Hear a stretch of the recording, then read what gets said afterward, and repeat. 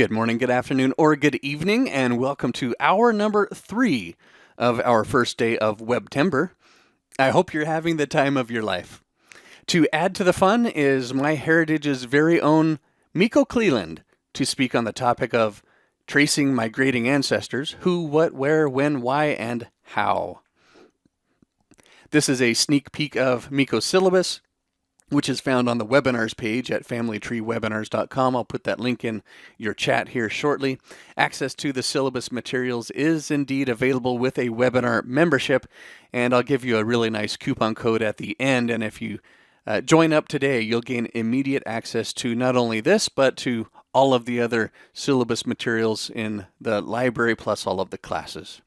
Myko Clelland is a director of content in Europe for MyHeritage, one of the world's leading genealogy websites, regularly discussing family history on television, radio, online, and in print. He holds a master's degree in genealogy with distinction and is a qualified adult education teacher with over 500 worldwide speaking appearances, from Oxford University to the National Archives in the UK, the National Library of Wales, Roots Tech, the Society of Genealogists, Society of Australian Genealogists, Auckland Family History, Who Do You Think You Are Live, and many regional archives and local family history groups. So please put together your virtual hands and let's give Myko Clelland a nice warm webinar welcome. Myko, how are you, and welcome to Webtember. Hi, I'm glad to be here in my first presentation for a little while. So I'm hoping everything goes very well. So I'm going to try and just make sure I can share my screen. Yeah. Hopefully you can all see everything. Is that right? It looks perfect, Myko. So the time's all yours. Brilliant. Okay. Well, welcome one and all to a presentation that promises lots, and much like the ancestors we're discussing, has a long and winding journey to take to get there. I, Myko Clelland, am your navigator for this session. You might already know me. I've been working professionally in genealogy for over a decade now. I might have seen you at Roots Tech or somewhere else, lots of other different places, institutions, organizations, archives, libraries, universities around the world. But for me, this presentation in particular hits the right note. We're all of migrant stock if you dig back far enough, but for me, it's a lot closer. You can probably guess with my name. And in my role as Director of Content in Europe for MyHeritage, every day I get to work on records that help to strengthen that connection to the old world for those of you in the new world.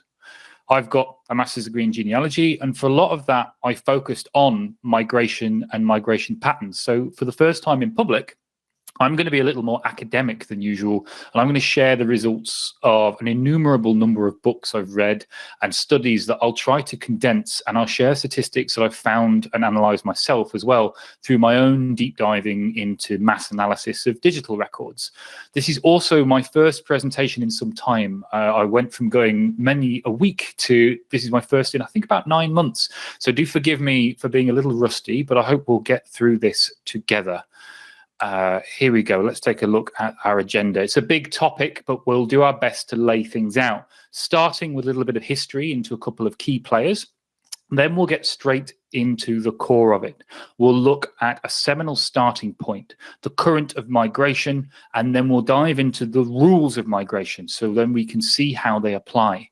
We'll then take a bit of a look at the remaining push and pull factors that we have to bear in mind when we're trying to understand our ancestors' journeys. And then we'll finally explore the different phases of migrant communities, so we can place all of those movements in a broader context, and we can try and get a better feel for what our ancestors were doing before trying to put it all together with a couple of case studies. And that can help show how we can use these rules to show where we might want to look for our ancestors and what clues we might find. If we start at the beginning, as we've noted, we're all of migrant stock eventually, and we've been moving for thousands of years. But it was only really in the 1800s that people started to ask why, and wonder if there was some kind of way that we could predict and model these kind of movements to better understand how society was progressing and what, if anything, could be done to better prepare for these large waves of emigration and immigration. This whole thing, as with most things, starts with statistics. deep diving into populations and how they change over time. To tell the story of population statistics, we have to start with the pioneers. And I'm firstly going to introduce you to a man named William Farr. You might have heard of him, you might not. He was a man with a cause. He believed that if we know about a population, we can use that demography to better improve public health. He really did make strides in that. He began his working life as an apothecary. He became a doctor, and he became responsible for collecting official medical statistics for all of England and Wales. He set up a system to record cause of death for people in these countries, and that allowed some great observations to be made, like the mortality rates of different occupations, something that before then was only hypothesized. And you can imagine how important that might be for some government or for any historian. He was treasurer, vice president, and president of the Statistical Society, not all at the same time, of course, but this goes to show how this man was held in true high regard by society at the time.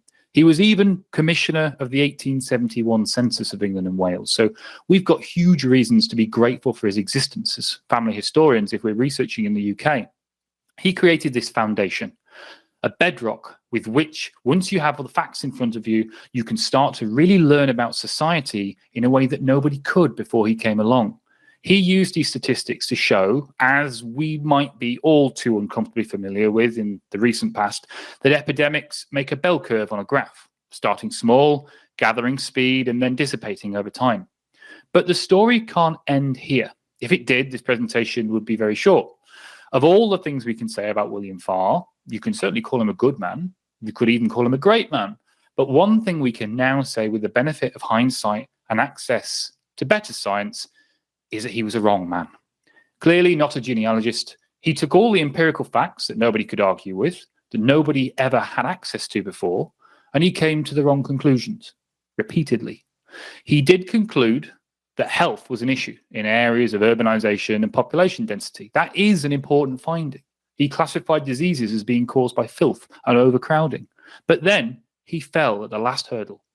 You might have heard of John Snow and his study of the London cholera epidemic that proved that disease could be spread through bacteria in water instead of through polluted air, which was the belief of the time.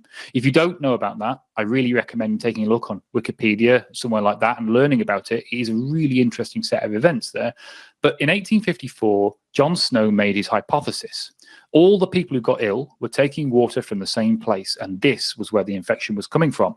William Farr told him he was confusing the fact that all those who died all lived at lower elevations, and so his work wasn't relevant. It wasn't until the same thing happened again in 1866, 10 years after John Snow died, that Farr went back to the old work and concluded that, yes, everyone once again appeared to be taking water from the same place, and what we all know now to be true could be agreed upon. He looked at marriage conditions and health and concluded that marriage makes you healthy by showing that those who were married were in better health than those who were unmarried and much better health than those who were widowed. There's some possible truth to that, but there's equal truth that these marital states correspond broadly to quite specific times of life, of which you're probably in your prime when you're married. And I know a few people who can tell you that marriage is definitely not good for stress, let alone health. You can imagine when someone in this kind of position makes statements that he presents as fact, backed up by statistics, it's really quite hard to argue. So when William Farr made a foray into the world of migration theory, he opened a book and he very quickly closed it again with the following statement: migration appears to go on without any definite law. So that's the end of the presentation. Thank you very much for coming. And now I'll take any... No, that's not true. That's far from true. And it took the hero of our story to sort this out. Let's meet him. He goes by the name Ernst Jorg, or Ernest George, as he spent so much time in England, Ravenstein. And he was of the next generation. He was born in Germany, but moving to England as an adult. He was a map maker and a statistician for the British government too. He was dedicated to maps, to cartography and statistics, but he wasn't looking at health primarily. He was looking at people, at ethnicities, at movement patterns. He worked at the War Office. His priorities were very different, and he set about making sense of it all, which brings us to his greatest work. He compared data from the 1871 and 1881 census, but he went further than people had before. He took data from the census to see how the population had changed over time. But when those changes didn't match the birth and death rates of the area, he went further.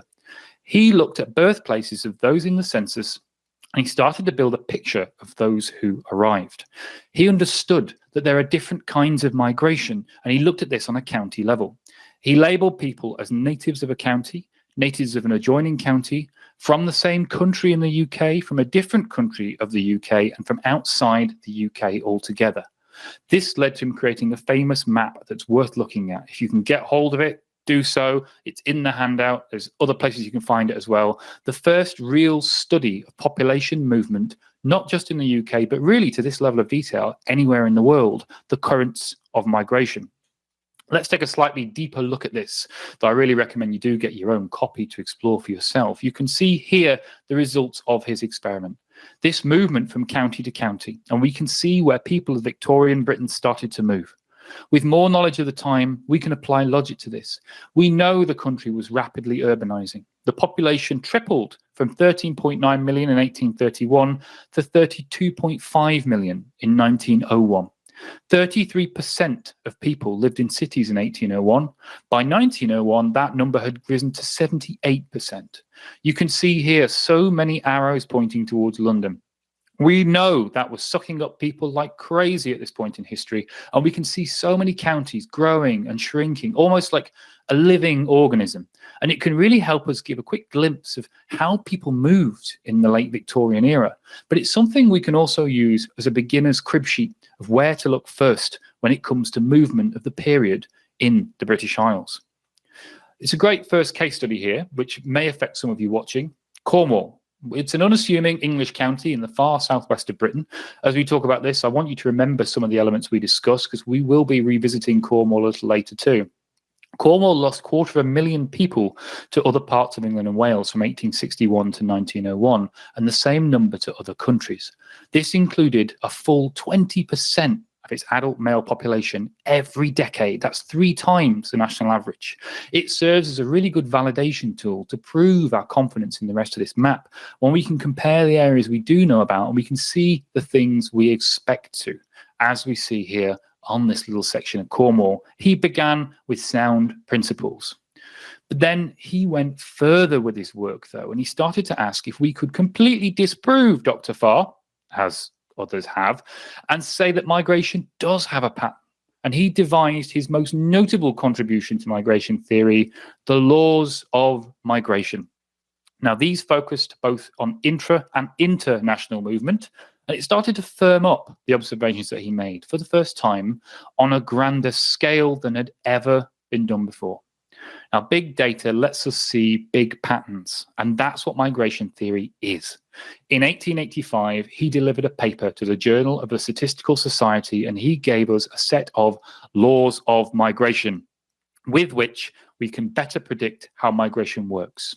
Without further ado, let's take a look at these laws and see how we can apply them. The first law, simple, effortless, almost obvious, but it's really easy when we think of migration to only consider those people that move huge distances across continents. Migration theory can be applied to any kind of movement, and that includes local moves from hamlet to village, parish to parish, county to county. One of my favorite sets of statistics relating to that is something that's so often forgotten when we get so hyper-local. We study these parishes in such depth, but in the 1700s, mobility was a lot more common than you'd expect. It wasn't over these long distances, as you'd imagine, but very short range, up to a general maximum of around about 20 miles, but people moved, and they moved often. To that aim, almost half of the people of this century didn't die in the parish they were born in. That movement doesn't have to be big, but it does happen. It happens often. And when these people do move, it's towards these absorption centres, as we saw in the currents of migration, and we'll learn more about, the places that have the potential to increase standards of living, for reasons, again, we'll cover soon.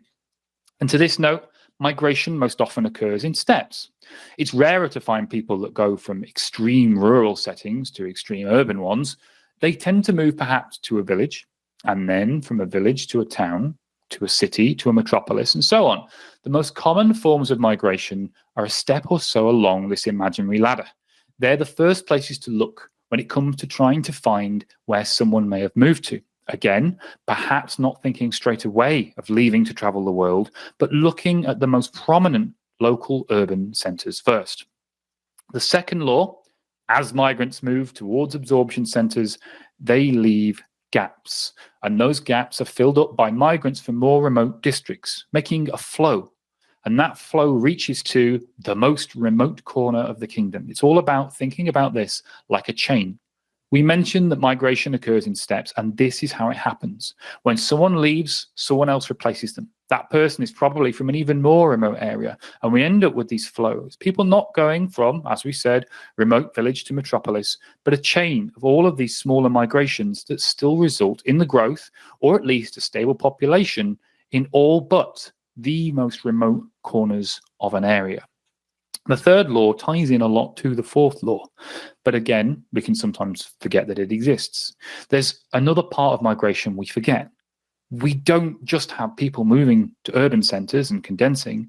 There are some people who travel in the opposite direction. So we have to consider not just absorption, but dispersion as well. It's all covered in the rules of migration.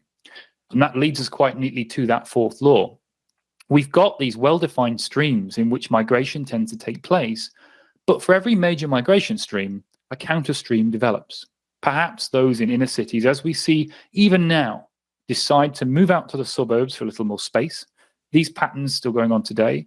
The volumes of these streams can be predicted by looking at the major factors that created them. If at the place of origin, the factors are negative, and we'll cover those in detail a bit later, the efficiency of these streams tends to be quite high, and we see larger volumes. And in the same way, if the original home and destination are quite similar, then we'll see low efficiencies and we'll see fewer migrants. People are less likely to move to somewhere that's pretty much the same as where they left.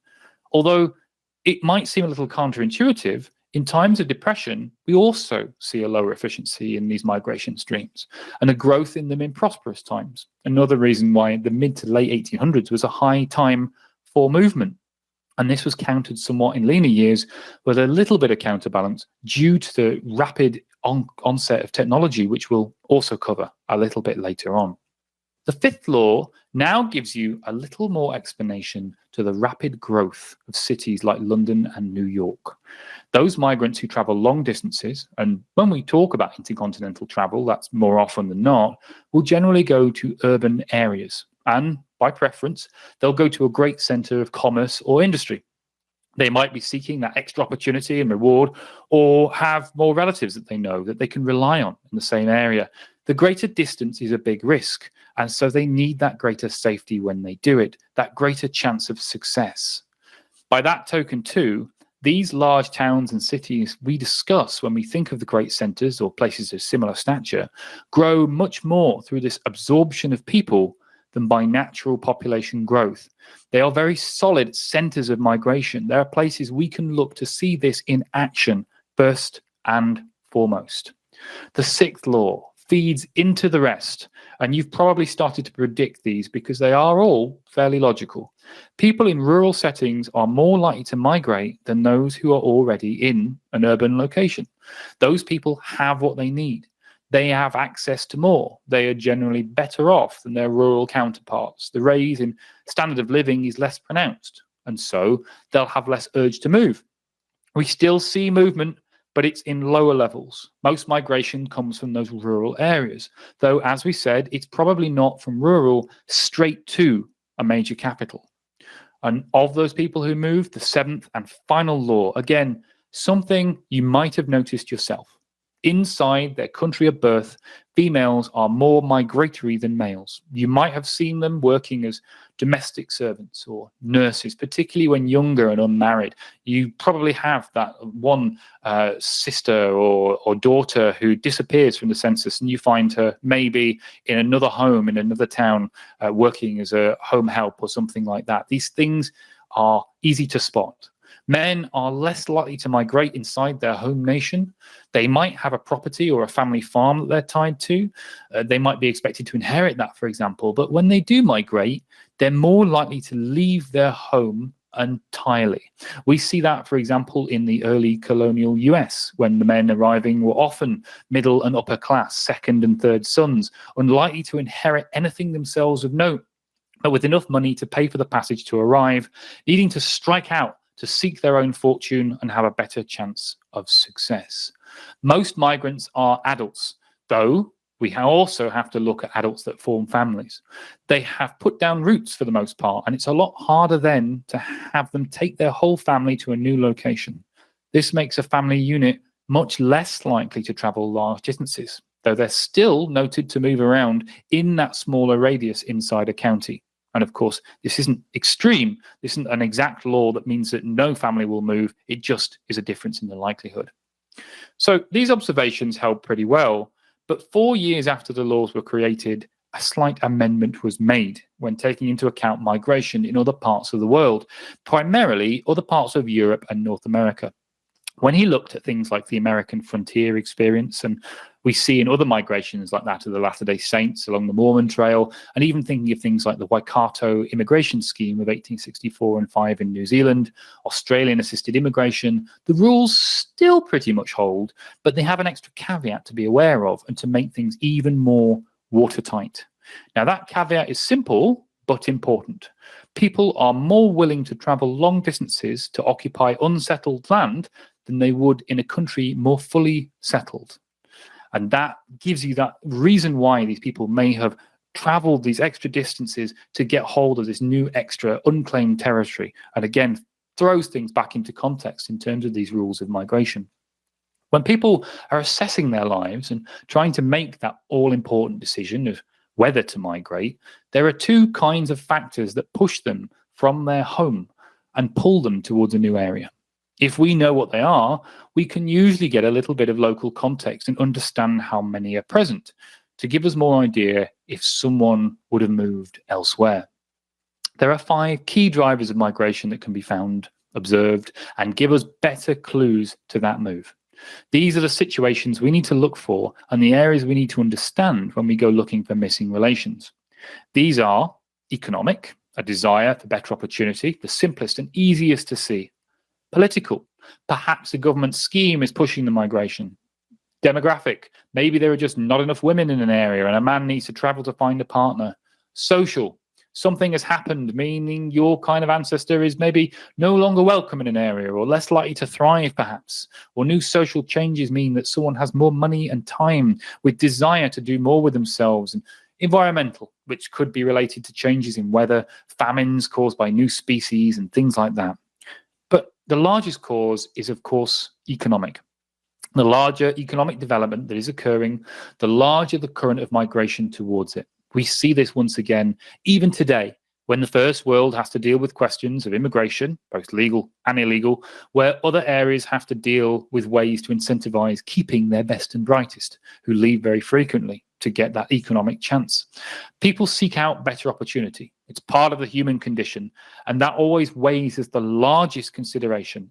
How can I have a better life? That's the question to ask of your ancestors and try to predict their answer. That's going to be the biggest marker to getting to where they may be. These economic causes are deeper than that, though. Things like technology can change the economics. New industries are rising. Cities like Manchester and Glasgow that were mere villages until the Industrial Revolution and grew almost overnight, absorbing people from all over the world as they did. Perhaps the death of an industry in the home area, which we'll again see soon in Cornwall, or even broader changes that make migration easier, adjusting the economics in that big decision to make it less of an unachievable dream. We can see that here when we look at the cost of transatlantic travel through the mid-1800s. It was expensive, incredibly so at first, coming in at up to £6 in the early years of the century. New technology made this journey faster and cheaper. Even despite inflation, they managed to cut that cost by 2/3 in just over a generation. What once was £6 was now £2. And this opens the door to mass migration. This is within the scope of those working class people that need that better life. And we see from this point onwards this element of mass migration, something that previously couldn't even be imagined. As with all things, the government can be involved in migration, and knowledge of these schemes can really help in getting our heads around the reasons for movement that our families may have come across. They can involve criminal deportation, where an estimated up to 120,000 were transported to North America from Britain before the Revolution, And Australia in the same way, where 162,000 convicts were sent from Britain all the way up till 1867, when the last convict ship, the Hougoumont, left British shores. There were other attempts to remove people, such as the Highland clearances that ejected people from land in Scotland, and those then were made to seek new lives elsewhere. Some were lucky in the use of schemes like the Highlands and Islands Emigration Society. They had passage paid for them to Australia, but then many were just told they had nowhere to live anymore and had to move on. The same thing happened frequently in Central Europe and Eastern Europe, when national boundaries created different ethnic divides, and people of certain ethnicities were encouraged to move to new areas to swamp those that were already there, and people of certain ethnicities were told that they again were no longer welcome and had to leave. We can see this throughout history. It wasn't all terrible, however. There were government schemes that were used to bring people to new areas, mostly in places where nations had, as we've said before, vast tracts of unused land. The US offered homesteads to those who would work the land. Australia would pay for passage of migrants to get them to travel such long distances and get them to set up in their new home, something that carried on even up until the mid-20th century with the £10 POMS programme. In Canada, 4 Napoleonic War veterans of the British Army were offered free land and a cash payment in exchange for giving up their pensions and moving out to Canada to settle. In Libya, in the midst of mass migration to the US, as a defense from this, Italian government gave free land and homes to those who were healthy and were willing to live in North Africa instead of leaving the Italian sphere entirely and moving to the US or other parts of the world. Then, of course, English parishes even got involved. From 1833, colonial land and immigration commissioners were set up to offer free passage to those under 40, able to work and of good character, vaccinated against smallpox. This excluded workhouse inmates and those receiving parish relief, but poor law commissioners could arrange emigration, paid for by the local parish. In this scheme, many people were sent to Canada, with 36,000 people sent between 1835 and 1899. All of these schemes I've discussed are well publicized, so knowledge of these will give you further avenues of research, in addition, usually, to more documentation that you can discover as well. We've looked at the who and what, we've looked at the where, and we've looked at the why and the when. But now, the all-important how will set us up with even more context to better understand our migrant journeys. So there are 3 very distinct phases of migrant life when we look at those of a different culture or origin arriving in a new homeland.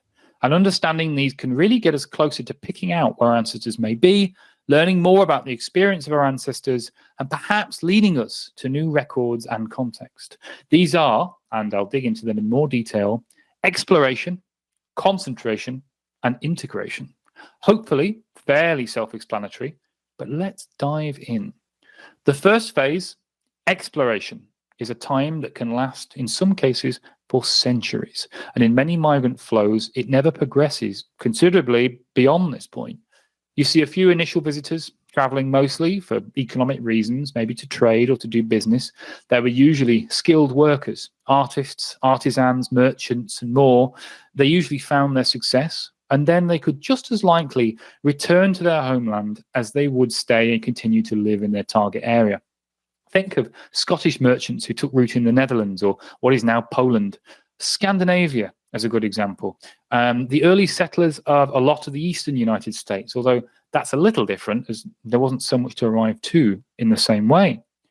The second phase, you've probably seen and experienced in countless towns and cities. I guarantee you can think of instances of this happening even now, or somewhere that it used to be that you can still see evidence of. This is concentration. The visitors give way to more working class and unskilled folk who come in larger numbers, but they often can't speak the language. They have less to offer their new home. To still make a success of things, they'll band together in an area. They'll make a cultural enclave. Think of all the cities with a Chinatown or a Little Italy, other communities, Russians, Hungarians, Poles, Ukrainians, Vietnamese, Caribbean, you name it. Here, they can still thrive. They can work for and with people who speak their language, who might not discriminate the way other local businesses may. And we know that discrimination of foreign arrivals can and does happen. They might even have relatives or friends from their hometowns or home areas already in this new area to rely on and to fall back on. This safety net allows the migrant experience to broaden to a greater scope of person. And from this point, we start to reach the final phase. True assimilation. People will become more confident in their new homes and they will branch out. They will broaden their horizons and they will leave their ethnic enclave. They'll start to blend in with the rest of society, and often we'll see little clues of their presence in elements of their former lives that become part of that rich, diverse tapestry of their new home. The French Protestant Huguenots spent a long time concentrated in East London centuries ago, but now they're the ancestors of so many people, despite most having no idea that they're descendants. You can't move for seeing a pizza takeaway in most of the Western world, but the little Italys of these countries are now almost just a memory, with a handful of historic family-run businesses left as people have moved on, giving that cuisine to the nation. I think most people would assume pizza is as American as it is Italian now at this point in history. These phases are organic, and you can sometimes find cultures in mid-shift. You can be there, you can experience it, and you can see this process happening in front of your very eyes. For example, the Indian community in Britain has given the mighty chicken tikka masala to British cuisine, perhaps because British cuisine was awful to begin with, and has integrated into many different areas. But there are still some places that have more concentrated levels of migrant population as we see this integration and flow taking place. It takes generations, but when you look around, you can see the parts of this happening. You can see it taking place in front of you. It hammers home how organic this process is and how we're still really living family history as we speak. I've hit you with a huge amount of information here, and it probably seems like a lot to take in. So the best way to digest it, I think, is to see it in practice. We're going to take some real-world examples that can better frame what we've been talking about and show how these laws and rules and phases of society fit in to those, so we can then maybe apply that to a different culture or a different element or place in the world. Let's start with the big one. True to my heart, Italy, Matritera there in Sicily. The other parts are all right, I guess. But in terms of migration, we have hit the motherlode. Between 1876 and 1970, an estimated 25 million Italians left their home country in search of a better life. This has been separated into three main waves. The first happened from 1861 to 1900. The second wave came from 1900 to 1914, and the third wave followed the Second World War. Those were the largest. It didn't stop at any point in history, but those are the quickest and easiest way to classify these waves of migration. Throughout these periods, social upheaval as a result of unification, punitive taxes, low wages, disease, and peasant exploitation led to swaths of migrants striking out for pastures new in search of something better for themselves and their family, or in many cases, just as a means of survival. We see that the first wave was a very small number of people coming from Italy initially before 1861, and they were almost entirely from Como and Lucca, being joined later by a third group from the area around Parma and Piacenza. They were artists, as we mentioned, this kind of people that do this, often barometer makers, stucco plaster workers, they were artisans, they were merchants, skilled people that couldn't be replicated in another place. Italian-American language is actually formed from some of the regional dialects of this time and location. That dropping of the last vowel you might be familiar with if you know any Italian-Americans. Perhaps prosciutto is prosciut and other things. That drives me absolutely crazy. It's a local historic Tuscan thing. Later, migrants also came from the area between Rome and Naples, and that came because of the impact of those five factors that we mentioned. And just as we've come to predict, there was a counterwave.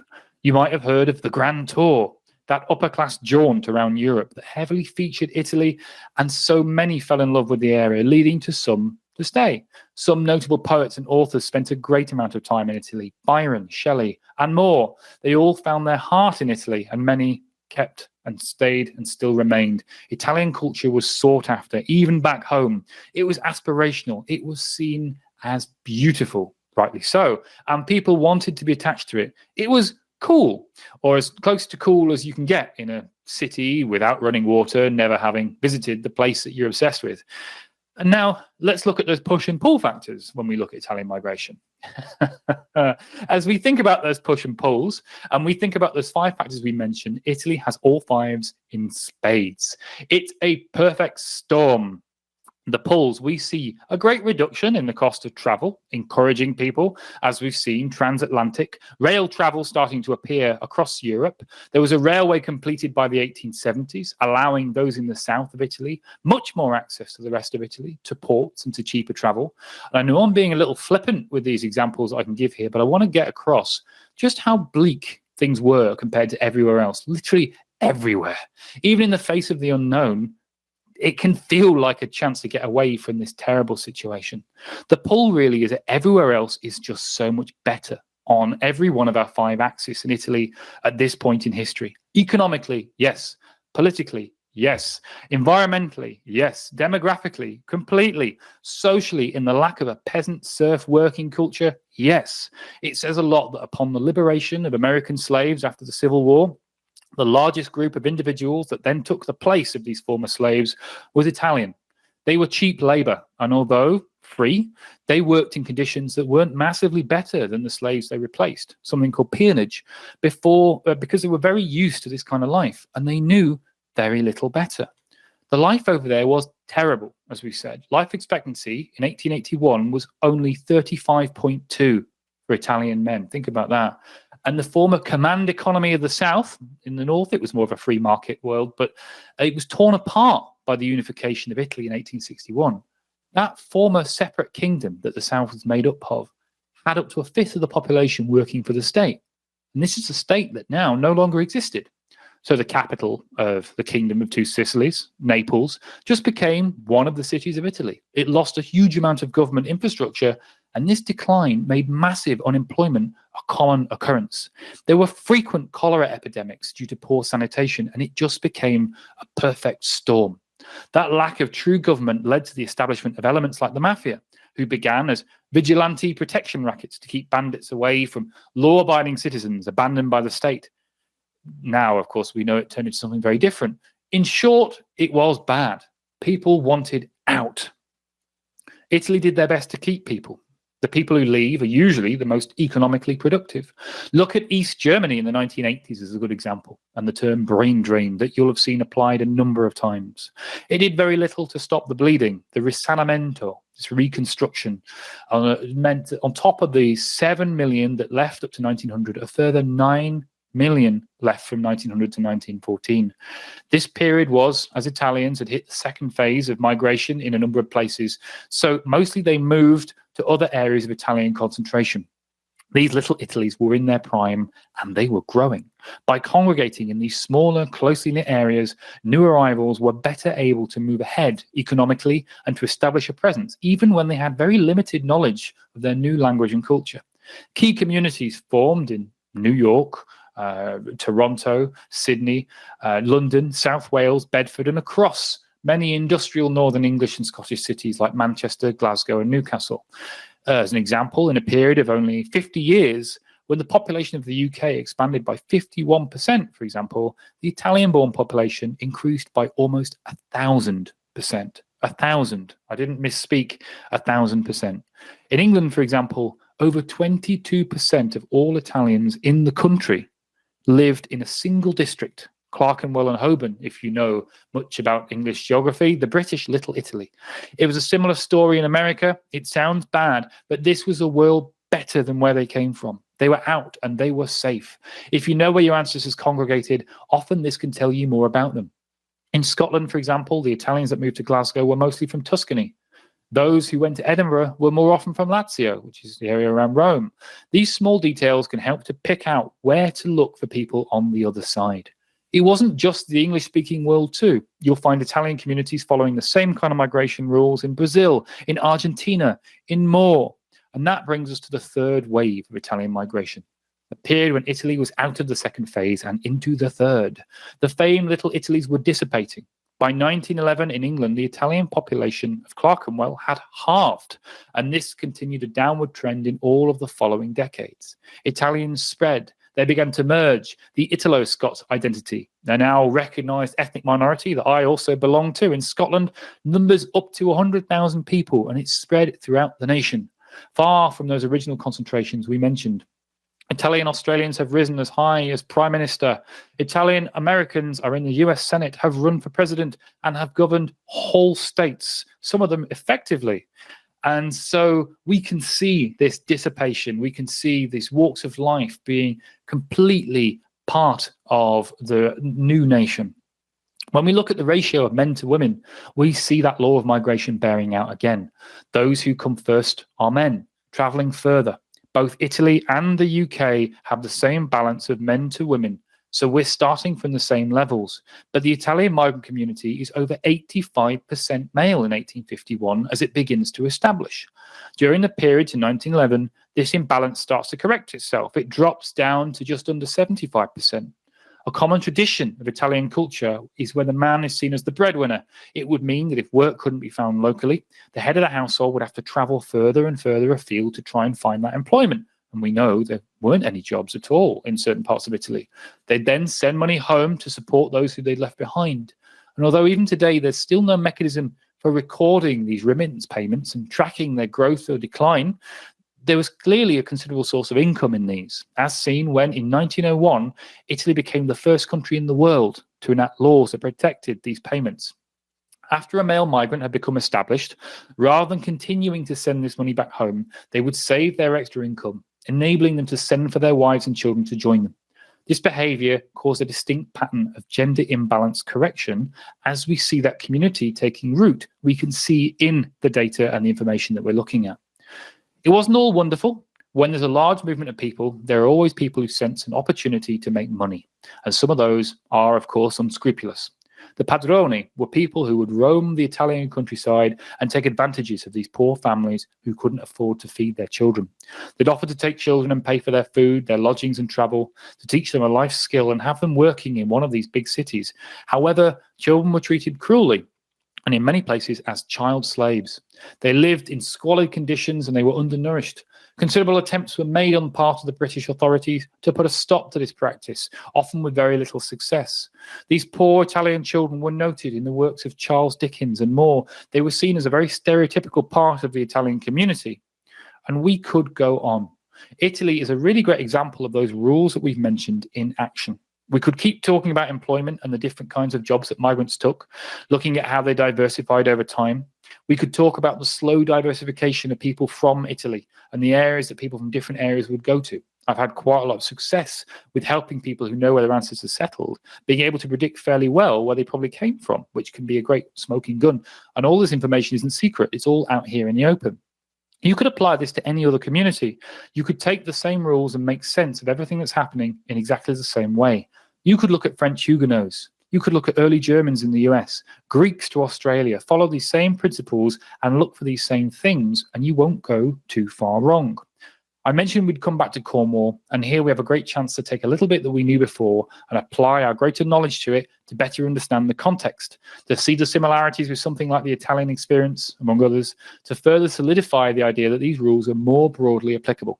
Here too, even though we're looking much more locally, the same rules can be seen in force, and it gives you a great incentive to take this forward and lay it onto wherever you're researching, no matter how closely you're looking. Try both local and national to find the migration patterns you're looking for to better understand the context, always. As we said, Cornwall lost 250,000 people to other parts of England and Wales from 1861 to 1901, and the same number to other countries. This included 20% of its adult male population every decade. That's 3 times the national average, as we said, but let's dig into why and how. Cornwall was a mining county. It was famous for it, with 10 large mining areas and up to a third of the workforce employed in this occupation. They were known for it since the Bronze Age, and the Industrial Revolution and new technology increased that efficiency even more. This became larger and larger. Copper and tin were the key minerals, and a quote I love is, "The Cornish knew better than anyone how to break rock, how to timber bad ground, and how to make the other fellows shovel it, tram it, and hoist it." The problem was that as global markets opened up, it could be done for cheaper elsewhere. And this reduced the price of metal considerably, starting in the 1850s. The Cornish mines became unprofitable, and the unemployment that came with it hugely depressed an over-specialised local economy and had a large knock-on effect. Just a great statistical observation of how the collapse of mining affected the county. We can see here that the number of workers in the county peaking at 1851 at over 30% of the workforce in mines. This, in just 50 years, had dropped through the floor only a third of that former figure, both as a number and as a percentage. And those people now not working, of course, had a knock-on effect when you consider other trades that rely on the money from these mines: blacksmiths, farriers, supply stores, carters, many more besides. Conversely, these newly unemployed workers were highly sought after in other counties and other countries for the knowledge and experience in mine working that they brought with them. As a maritime county with its own non-English identity, the idea of moving elsewhere came easily, particularly with mine agents from far-flung shores setting up in all of these areas, offering considerable wages and paid passage to secure their expertise. In the first 6 months of 1875 alone, over 10,000 miners left Cornwall for overseas. You can find articles in local newspapers most of the time that can help to pinpoint who was operating in the local area and where they were sending people. But you can also follow the Cornish to pretty much any area of the world with a hole in it. Because as they said at the time, if you can find a hole, there's probably a Cornishman down it. This was an expensive trip. At this point, even for a trip in steerage class to go internationally would have cost over £5,000 in today's money. So this wouldn't have been taken lightly. A testament to that renowned skill. And it's often a barrier to these people returning home, as some may have planned to eventually once they've earned their money. Cornish expertise was invaluable for the extraction of copper in the Lake Superior mines of Michigan, Minnesota, and Wisconsin, for example, which is an area with exceptionally rich deposits and a relatively unique arrangement to attract workers, where they will give you a percentage of the proceeds of a mine rather than a daily wage to encourage people to work harder. They also form their own communities, as we've seen, that second phase of migration in Australia, New Zealand, Canada, and the United States. Some of those Australian communities are fascinating to look at, and we're selling Cornish pasties and with a massive abundance of Cornish names. From 1861 to 1901, Cornwall lost 20% of its adult male population every decade. He said 3 times the national average. 250,000 people during this period overseas. We mustn't forget, as we keep focusing on international migration, the same amount left for England and Wales during that same period. Though again, in keeping with the theory that we have in front of us, single men were more likely to travel as far distances. Families were more likely to travel the short distances, and they may be found closer to home. My own Cornish folk included, who decided only to move to Scotland as part of the very same migration. Migration was so strong that the population of the area never exceeded 500,000 in the 1800s. I've given some examples, and I could go on for a long time with the other kinds of places in the world and communities that we could do this with, but I hope that by using these, I've helped to give you the tools to start to understand a little more about the times your ancestors arrived in a certain place. Or if your relatives vanish from your family tree in the old world, where by looking at the sort of patterns that exist and the kind of point in history that we're at, where your relatives might be found, and it might help to suggest where to look next. Migration is incredibly complicated, and we can't pin the whole thing on one simple theory that will explain and predict everything. But we can use general rules to give us better ideas about where to look and who to look for. It's not as chaotic or unpredictable as it might seem at first glance. It can be made sense of, especially when we look at big data and we start to analyze things in detail. And don't forget, even if your ancestors moved only from village to town in the same nation, these rules can still help us to understand why and where to find them. There are hosts of records we could talk about, and that forms, I think, probably another presentation as long or longer than this. But do familiarize yourself with passenger lists, registration cards of aliens, citizenship records in the countries you're exploring, naturalizations, government registers of migration, local historic newspaper ads that might give you ideas of who might be in town, trying to recruit people to move and to where. Even national census records from different nations can give you those concentrations of people from certain places to give you an idea of where your countrymen may be concentrating. It's all about plotting yourself on that timeline and working out where in the process you are and which factors matter. All of them can give you a little more. Do things like try to search with details like just a place of origin when you search, and see where groups of compatriots have ended up at different points in history. And these patterns just might give you a clue where to look for your own missing family. That brings us about to the end of this presentation. I hope I haven't hurt you too much with so much information. Thanks so much for joining me on this little journey of our own. There's been so much to fit in that this could really have been fleshed out even more and filled a whole series of presentations. But with these core principles, I hope you can better ask why your ancestors migrated, where they might have traveled to, and which records we're going to find them in. I hope that even though this is just a glimpse, you've been switched on to the idea of looking at your ancestors in a broader context of greater patterns and larger migrations. We get so focused on our own families that sometimes that's really easy to forget. And I hope this might help you to look at some of those records on the maybe pile. We've all got one. And some of those incredible wealth of records available online in a whole new light as you dive deeper, crossing the oceans and traversing the seas and building new connections in those family trees. Thank you very much for joining me. And thank you. Brilliant class, Myko. And I think I speak for everyone when I say I wish you could keep going for us all day long. You're welcome here anytime, and we would certainly look forward to having you back. Your research has been incredible, and absolutely ideas that we can apply to our own research and our family interests. So thank you. We will have the recording of this class online within a couple of hours from now. And in addition to all of the other classes that are part of our Webtember conference, they will be up on that page and free through September. Bonus perks are available for those if you have a webinar membership, such as all of the syllabus materials and chat logs for each of the classes. Plus, you'll gain access to all 1,800 plus classes and all of the syllabus pages up there that are in the library. And there's the code there at the bottom if you haven't written that down yet, Webtember 20, and that gives you 20% off of an annual webinar membership. Good for new memberships only. And Myko, yes, lots of people here are saying, yeah, let's keep Myko here all day, the rest of the day. But we will. It's evening, I think, where Myko lives, and dinner time is probably calling pretty soon.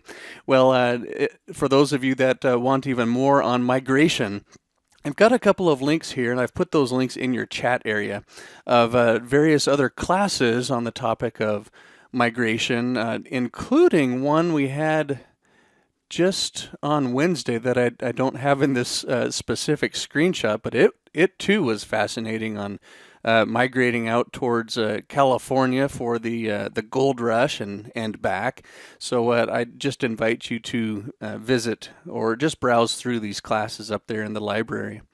It's time for door prize. So if you're here, you're eligible to win. And I'm just pulling out my random door prize picker tool. Our door prize for this hour is a 1-year MyHeritage complete plan. So this will give you access to everything at MyHeritage, the family site subscription, the all of the photo tools, plus all of the data.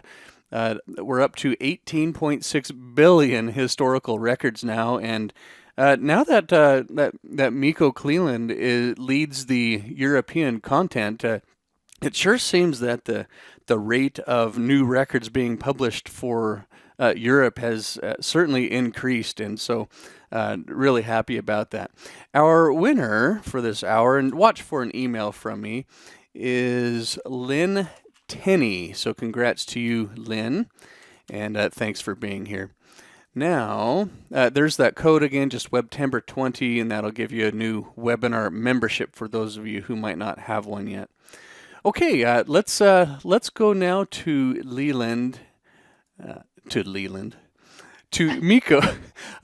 We've got a Leland Meitzler is a well-known genealogist. I don't know why that was on my mind. Perhaps remembering your last name here, Myko. Let's go back to Myko for a few questions here that have been typed in.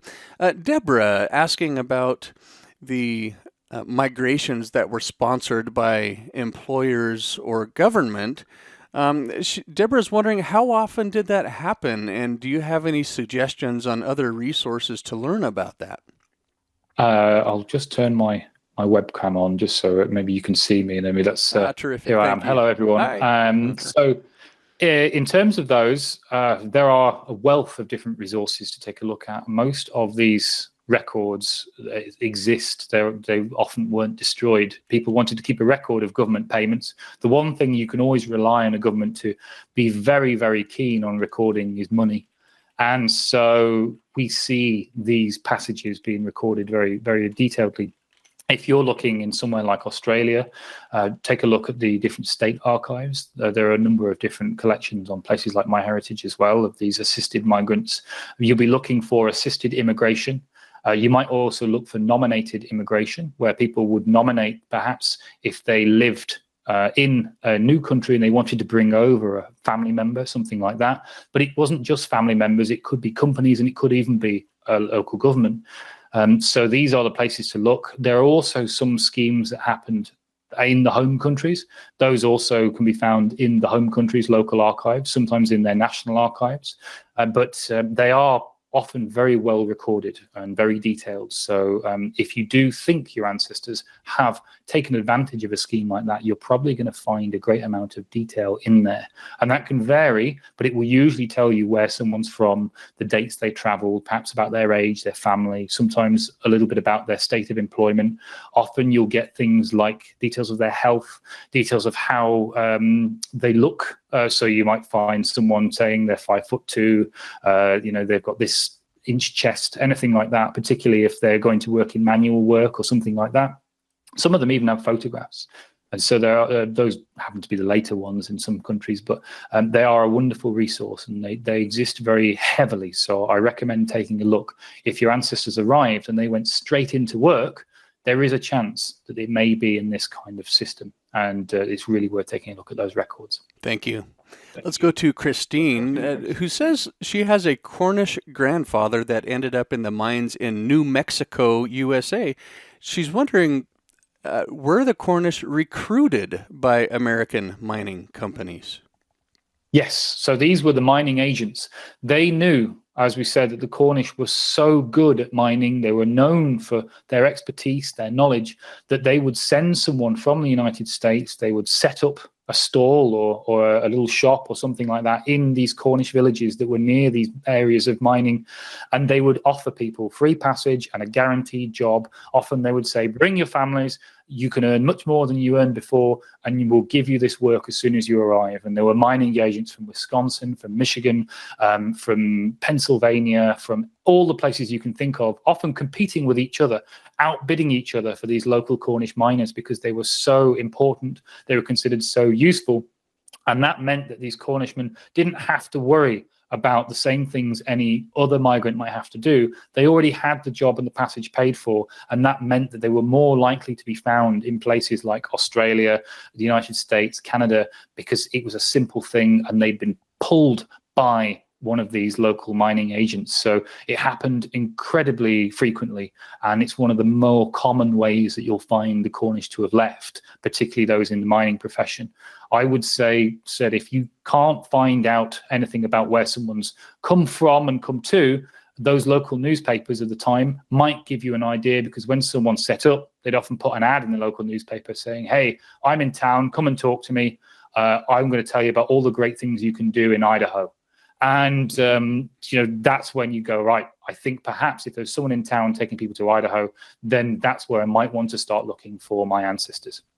And please don't invite more to come here. There's a lot that are coming here, and we're actually having to put up a traffic signal in my town now. Well, regardless, thank you, Myko, for a fascinating class. It's sad that we have to say goodbye right now, but at the same time, it's a happy thing because we've got one more last class with all of you today, and we're going to be learning. And I really think this is going to be one of those classes that just really opens our eyes and pulls at our heartstrings, and I'm looking forward to learning from Sharon Baptiste Gillens and Sherry Hudson Passy on descendants of the enslaved and enslavers working together to discover family. And as a reminder, these are the classes, and fascinating that you talked about Italy, because one of our pre-recorded classes for today's conference is by my friend Suzanne Russo Adams on Italian civil marriage supplement. So please do enjoy those, and we will be back next Friday as well. So I hope that you'll remember to sign up for those classes. Myko, it's been a pleasure learning from you. Thank you so much.